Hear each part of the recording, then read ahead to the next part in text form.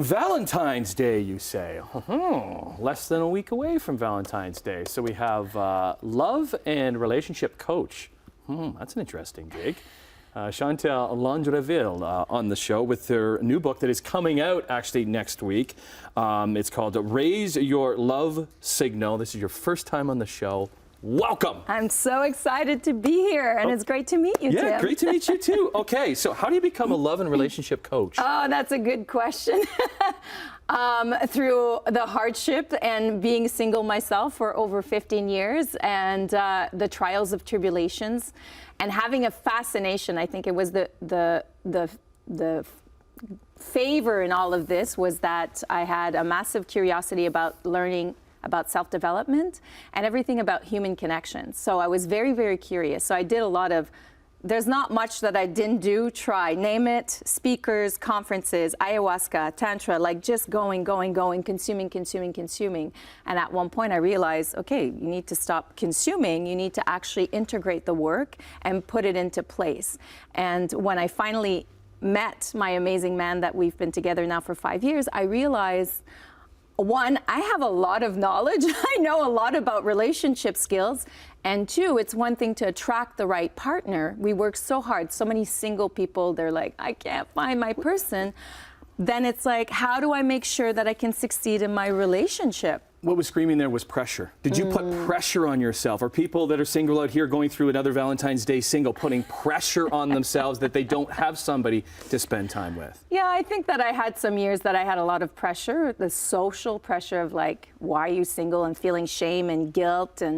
But I changed my relationship with that, as we were talking a little bit about before the segment started, was I've been in a relationship for 5 years and I've never not celebrated Valentine's Day since I've been in my relationship, because I've changed my philosophy around what Valentine's Day means. And that's the actual day of love. And it's not just about romantic love. And for me to justify or like have to wait for that day to do something special in my relationship, I'm like, Because of my learnings, I realized that I didn't want to have a relationship like the majority of people, or what we've been experienced or what we've been taught. I wanted to hold each other to high standards in our relationship, and that means not defining a romantic night by Valentine's Day. Right on the book it says a guide to attracting, but then also keeping. Isn't that what we all want? Keeping. Because you can get the fireworks going, you're just like, you cross the room and like dream lover, you know what I mean? And then it's keeping that going. How do we do that? Good question.